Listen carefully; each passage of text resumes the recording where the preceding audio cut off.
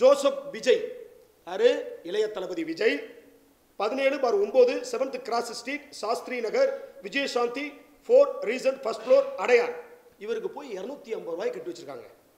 28835 இந்த நம்பர்ல 70 பேருக்கு இவங்க வந்து 250 ரூபாய் சந்தா கட்டியிருக்காங்க. இது எவ்வளவு பெரிய அவமானம்! ஒரு 250-300 கோடி ரூபாய் சம்பளம் வாங்குற ஒரு விஜய் ஒரு 250 ரூபாய் கட்ட மாட்டாரா?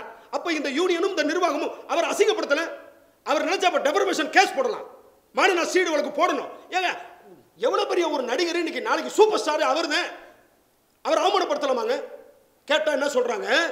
ஒரு நபர் வருஷம் 15,000 ரூபாய் தர்றாரு, அதுல கட்ட முடியாதவங்களுக்கெல்லாம் கட்டுவோனாரு. விஜய்க்கு என்ன கட்ட முடியாதாங்க? என்னங்க நீங்களே சொல்லுங்க. கேட்கிறவன் கேன பையனா இருந்தா ஊர்ல சொல்லுவாங்க, கேட்கிறவன் கேன பையனா இருந்தா கேழ்வரல் நெய்வடின்ற கணக்கா 250 ரூபாய் 150 கோடி. விஜய் போடுற சட்டை 18,000, ஷூ 38,000, கண்ணாடி 95 லட்சம். இப்படி போடுற ஒரு ஆள் அசிங்கப்படுத்தல, நீ அவமானப்படுத்தல. விஜய் இதை பார்த்தாருன்னா டெபர்மேஷன் கேஸ் ராதாரவி அவர்கள் மேலும் இந்த அணியின் மேலும் போடுங்க. நீ டெபர்மேஷன் போடுங்க. நான் சாட்சி சொல்றேன், நான் வர்றேன் மிஸ்டர் விஜய், நான் வர்றேன். எவ்வளவு அவமானம்! ஒரு 250 ரூபாய்.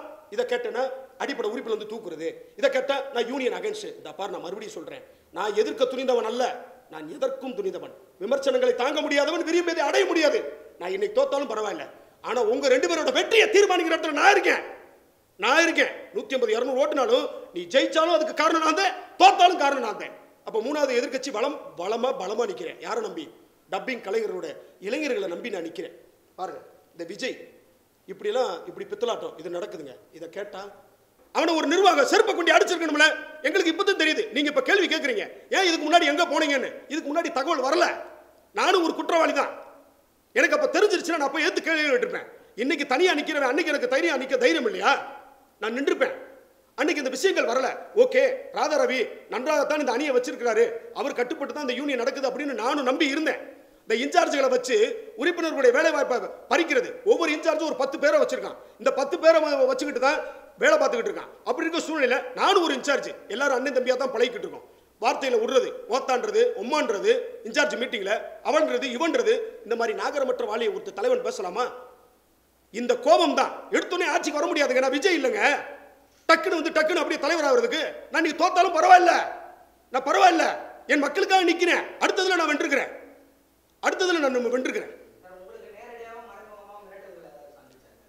அருமையான கேள்வி. எனக்கு நாமினேஷன் வாங்கிட்டு அலுவலகத்திலிருந்து விட்டு வெளியில வரும்பொழுது திரு ராதாரவி அவர்கள் போன் பண்ணார்.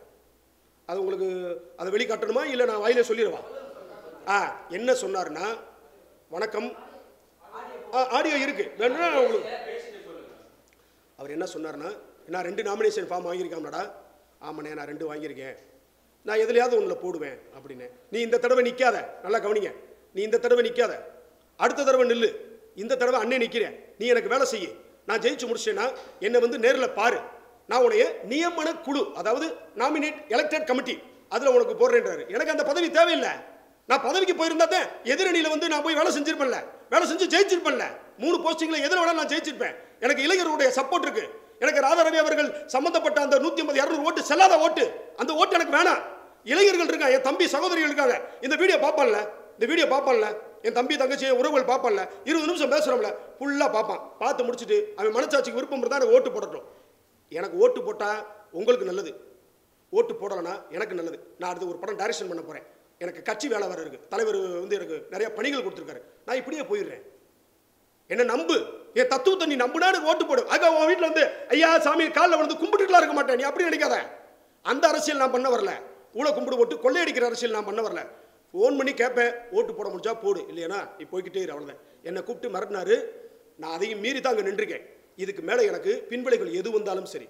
இந்த கார்டை நான் உங்கள்கிட்ட கொடுத்தேன் இல்லையா, இது இன்சார்ஜ் கார்டு. ஒருவேளை அடிப்படை உறுப்பினரை தூக்குனா அதுக்கடுத்து என்னுடைய விளைவுகளை காட்டுவேன். என்னுடைய ஏரியாவுக்கு ஏன்னா எல்லா வினைக்கும் ஒரு எதிர்வினை இருக்கு. நேராக தொழிலாளர் துறை அமைச்சர் CV கணேசன் எனக்கு நெருங்கியவர், நான் போய் சந்திப்பேன். இந்த யூனியன் நலத்திற்காக, இந்த யூனியனுடைய மேம்பாட்டிற்காக மாண்புமிகு முதல்வர் ஐயா ஸ்டாலினையும் நான் சந்திப்பதற்காக தயார் இருக்கிறேன். ஏனென்றால் எனக்கு பின்புலத்திலே என் தலைவர் இருக்கிறார். இந்த ஒடுக்கப்பட்ட குரலற்ற மக்களுக்காக அவர் நிறைய நல்ல திட்டங்களை அவர் செய்வதற்காக நான் காத்திருக்கிறேன்.